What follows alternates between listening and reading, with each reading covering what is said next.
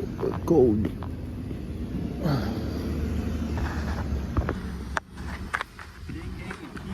Sobrang cold, guys. Downloads na tayo. So galing kami ng clinic.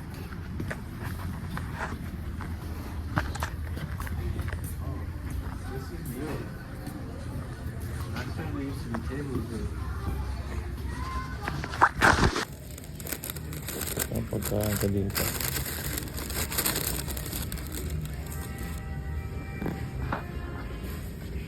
Ito na.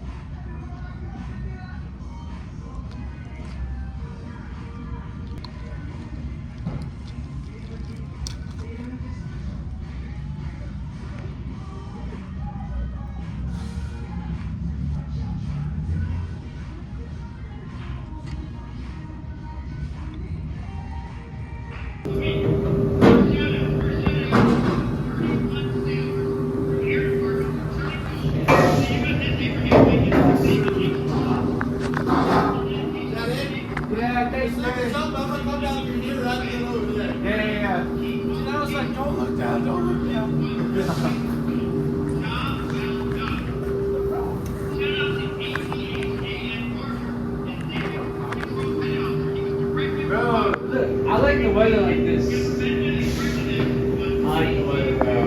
I like when it's cold. I like, you know when we just got, when we barely got to Washington? I can't fuck. Pre. Number. Pre. Sabi mo pre, welcome to YouTube pre. Welcome to YouTube, guys. Number. Ito yung Navy, nakatambay lang. Sa Pilipinas, tambay na. Pag sa dito, tambay na.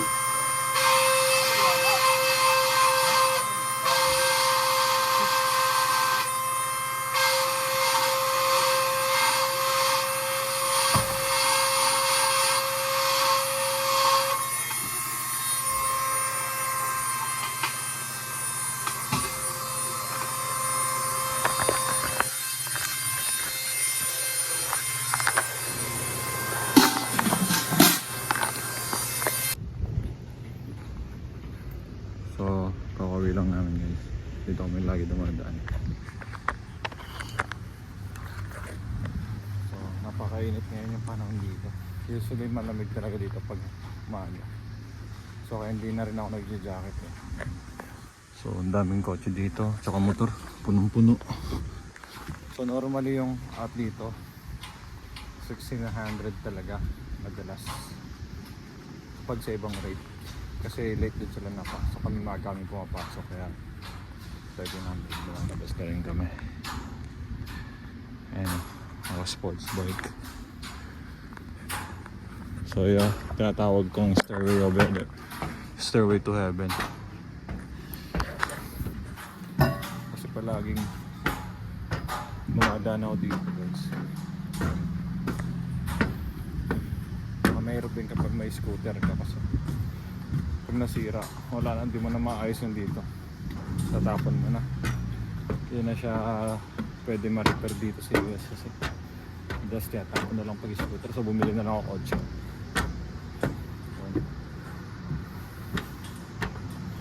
At least yung kotse pang matagalan. Okay, medyo kakabawas ng ano sahod natin, okay lang din, useful naman, diba? Kaysa naman na makapatulong tayo dito sa base or barracks.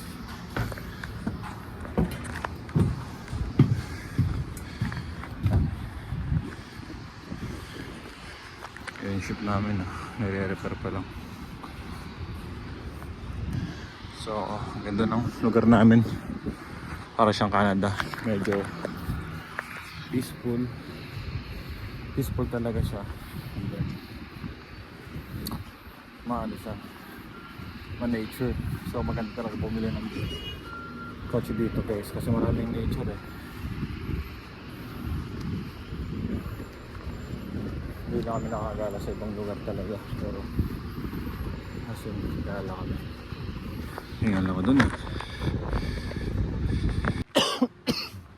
So ito pala yung tinadaanan namin dito guys. Maraming puno. So yung magandang deal lang dito guys ngayon sa amin dahil naka maintenance kami. Pagod ako, init. Yung ship namin naka maintenance, so less work kami ngayon. So ito yun, isa sa advantage na naka dry dock yung ship is less talaga yung work namin. Minsan may mga trabaho pero hindi naman mabigat. Madalas medyo chill lang talaga. Pero yung ibang palagi na sa deployment medyo may advantage din sila kasi hindi sila papagastos, nakakaipon sila ng pera. Eh kami naman medyo pagastos kami ng pera dito kasi kumakain kami sa labas. Ayun, gagala, bayad ng gasolina ng kotse, so papagastos talaga pero enjoy mo naman. So masasaya pa rin yun kung gusto mong pera. Dito ka sa deployment, pwede ka magpa-deploy pero may doble lang hirap, hindi lang doble, trip yung hirap doon. So ako, to take ko muna yung time na nakabalik na ako ngayon. Dito muna ako magpapahinga talaga ng matagal kasi hindi naman talaga actually pahinga kasi nga kailangan pa rin pumasok. Siyempre lalakad ka, ganito, pagod ka, diba? So nasaya pa rin yun, pero grateful na lang tayo palagi dapat kasi ano mo, mas mahirap pa rin yung ibang buhay like dito sa civilian sa US. Medyo mahirap pa din talaga makahanap ng magandang trabaho. Ayun, so dyan na yan namin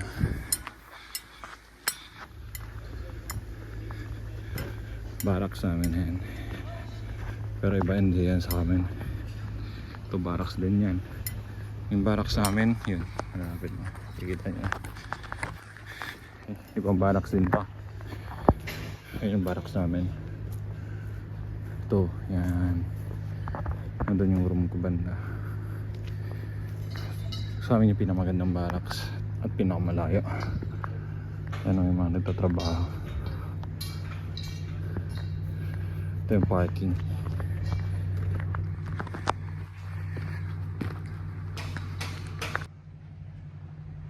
So one thing din pala dito guys na maganda is maraming Pilipino talaga. Kasi nga US Navy. So since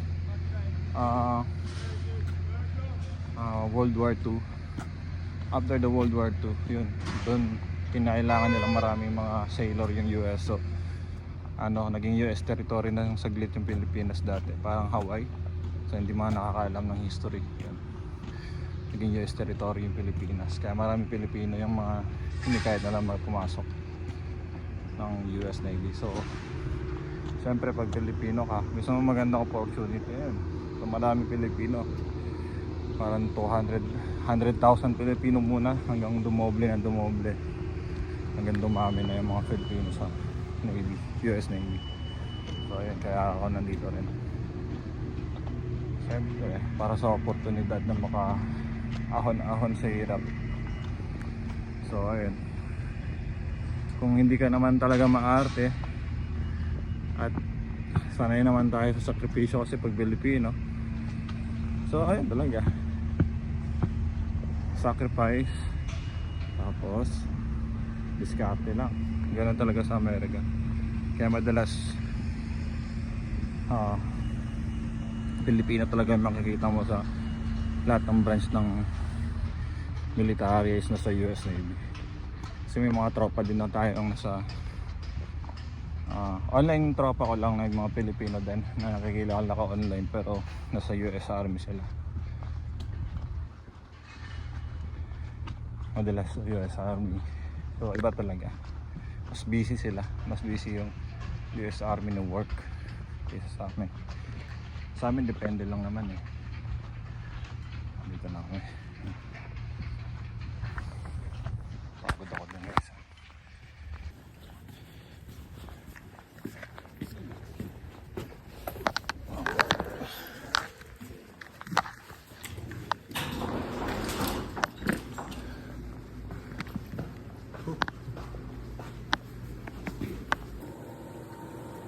So dito pa lang kumukuha kayo sa tubig namin.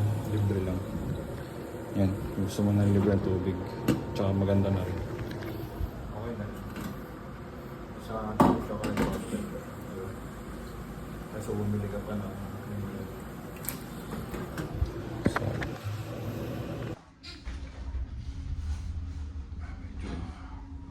makakag na tayo.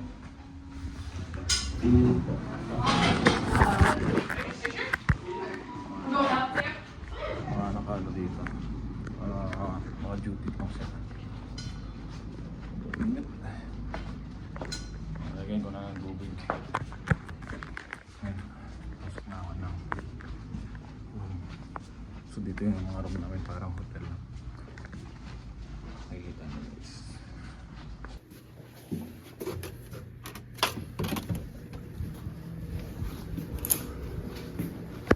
Yan, ito na yung ano namin. Room namin. Sa labas. Diba?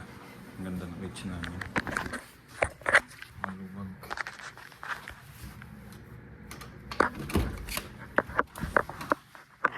Ito ang room.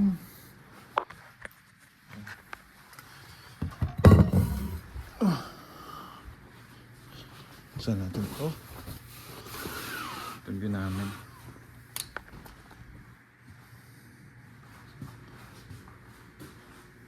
Ito yung CR. Ayan. CR dun, malaki. Malawak din yung CR namin eh. Ayan. Malawak. Malawak.